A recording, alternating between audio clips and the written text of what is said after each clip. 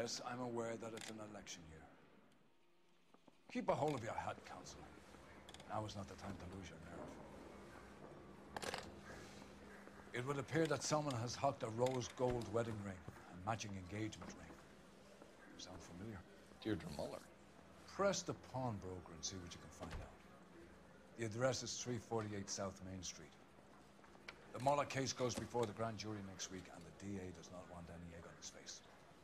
Then get out to the railroad depot on Santa Fe Avenue. We have another poor unfortunate found this morning beside a railroad line. 40-year-old white woman. Right, Skipper.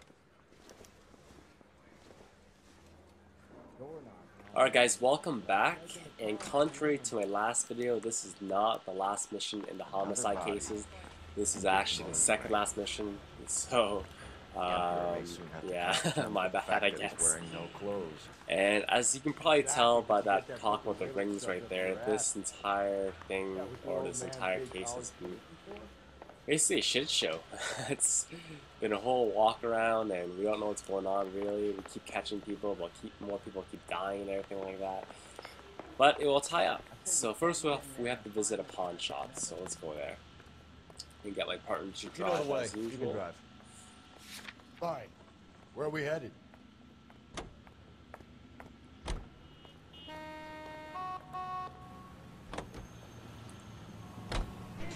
You've got to admit, this is looking odd.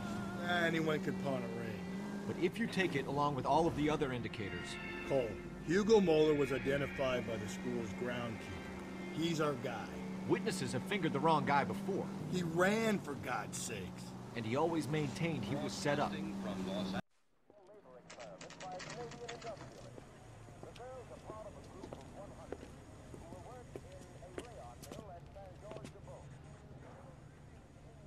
Alright, we're at the pawn shop now, and pay close attention to the pawn shop seller. Look at his face. Look familiar? Because you'll see it's the exact guy from the bar last time. He really should have got a different actor. Phelps and Galloway, LAPD.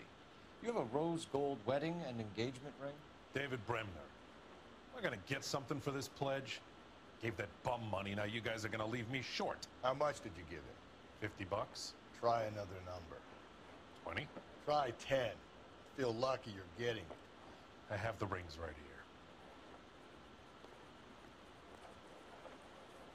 So we just gotta examine the rings. Here we go. What's this mark here? Maker's mark. Usually traceable. That one came from Hartfield's Jewelry down on Broadway. Thanks for the tip. And the other one. Go. Does this mark mean anything? Hallmark.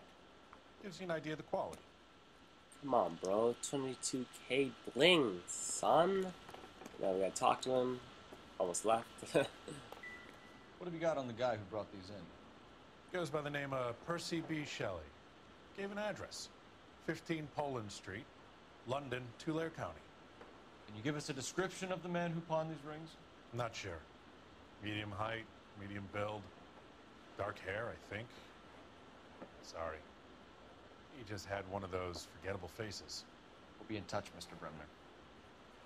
Alright, now we just have to go to the railway and go to the crime scene. But like I said earlier, this entire case has been, or all the cases have been surprisingly fishy. But more on that later. You can Let's drive. go to the railway. And where exactly are we going?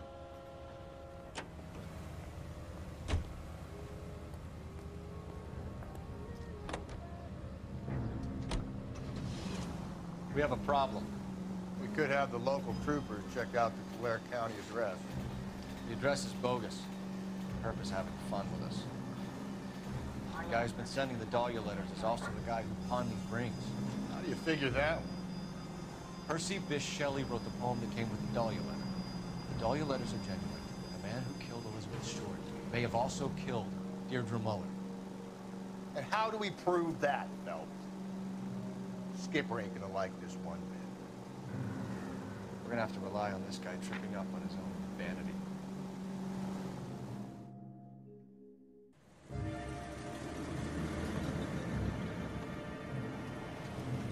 You boys ready? Follow me. We should keep this development with the rings under our hat until we speak with the captain. We're all on the same team, Rusty. Chain of command, Phelps. The skipper will decide who needs to know. Got it? I get it, Rusty. I just don't like it.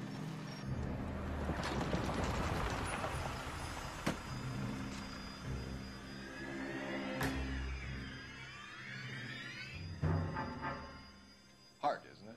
Yeah. I look after all the rail depots. What have you got? The Negro, Nelson Gaines, called it in. I came down here to make sure him and the other guy, Jameson, stuck around. Jameson found the body? Something like that. Guy makes me sick. We'll talk to the coroner. Keep an eye on both of them. Alright, so... Gotta get time of death, so we gotta talk to the doc first, or house as I call him. What have we got here? White female, approximately 40 years of age, lipstick smudges on the face, but no writing, at least nothing legible. A blunt force trauma to the temple, nose, and eye regions. Ligature marks point to the probable cause of death being strangulation. Any idea of the time of death? From her temperature, after midnight would be my guess. Alright, let's examine the body here. Only two things we need to get. Head? Smell? Very good. Or smell? There is the usual evacuation smell, but it appears she's been living rough for quite some time. Very strong smell of alcohol. Well, the autopsy will tell, but I would assume that she was inebriated. Inebriated. A nicer way to saying she's sauced out of her mind. Next is her right hand. Once again, missing jewelry. Another missing ring. Certainly seems I've been swabbing a lot of bare fingers recently. Can you be more exact about the time of death? No later than 2 a.m. The state the body was in, a 1 or 2 hour window is the best I can do. Alright, so we got the time of death. We're good there. So we'll examine this carpet right here. Has 3 clues that we need. First one's in this handbag. It's this movie ticket right here. No, not that. Oh wait, yes, we do need this. I'm out of my bad. Next is the ticket. We could go over to the lot and see what they know about her. That's gonna be difficult, Cole. Keystone Studio lot closed back in 41. Alrighty, next 2 things. So it's 4 things on total on this blanket. My bad, guys. Can't remember everything here. It's human. Maybe someone at Mensch's will remember her. Alrighty. And finally, this note right here, giving us the address of a liquor store. Shit for personal items, not booze. It's not even worth investigating. Sure it is. I can't remember if we had to talk to him one more time. We can talk about it later, Phil. Nope. Guess not. Alright, next we talked to the quote-unquote Negro. I'm not going to say it. This is the 1940s, I remember. Detective Phelps and Galloway, homicide. Can you tell me exactly what happened? We were shutting cars over to the main line when I saw this man here lying on top of this woman. The woman wasn't moving and seemed to be in a bad way. What time was this? About 7:30 this morning, sir. Thanks for your help. Have you given Patrolman Hart your details? I have, sir. Thank you. You can go now. Next, we talked to this guy right here that looks very perverted, and you'll find out in a second why. Detective Phelps, LAPD homicide. John Ferdinand Jameson. We need you to answer some questions, John. If you don't mind, I prefer Ferdinand. Don't push your luck, knucklehead. What were you doing to the body, Ferdinand? Are you sure you won't be upset? Try me, Ferdinand. I was kissing her. It's not against the law. Shut up. There's no Take law your against beating it. like a man. Turn out your pockets, Ferdinand.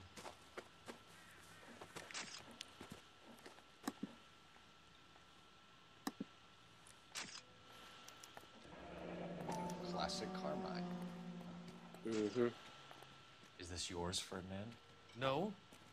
I found it near her purse. I thought she could use some lipstick. Rusty, stop. God. Don't hit him. Alright. Interference with evidence. You went through her purse? It wasn't like she needed it. I took a look. This is actually true, despite he looks like he's posing for a supermodel or Superman model, whatever. Did you take any money? Wasn't any to take. I found her lipstick and her matchbook over on the mat. Not much else. Discover a victim's body. You found the body? Yes, I did. I work here. I was coming off shift and headed home. Shifty eyes like pervert, you go with doubt here. Why didn't you report the body, Jameson? Do you know how this is going to look to a jury? A jury? What gives? I could tell that she was dead. I came through here about midnight last night. She wasn't here then. Let me belt him again. You're under arrest, Jameson. We'll see how this plays out. Until then, you can think a little on how you'd like to be treated if you were found dead. I'm telling you, it's not illegal. Me and some friends of mine... Clyde, you get this sack of shit into a cell. I'll deal with him later. Sure, Rusty. My friends of mine, we find dead bodies on the road. Pump them, kiss them. No big deal. Alright. Next, we just gotta use one of these conveniently placed police telephones.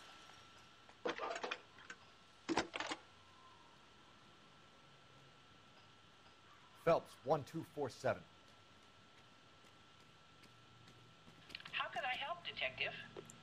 I need an address on Levine's Liquor. Closest store to the Santa Fe Avenue rail yard, if possible.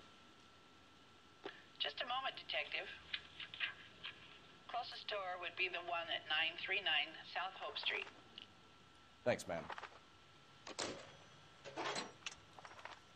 Alright, at this point we have options. We can either go to the liquor store or Mencha's bar.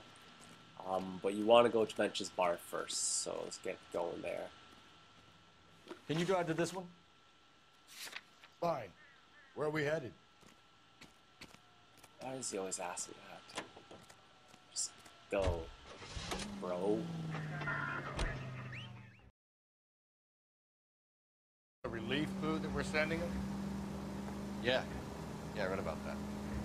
These people are starving. They can't do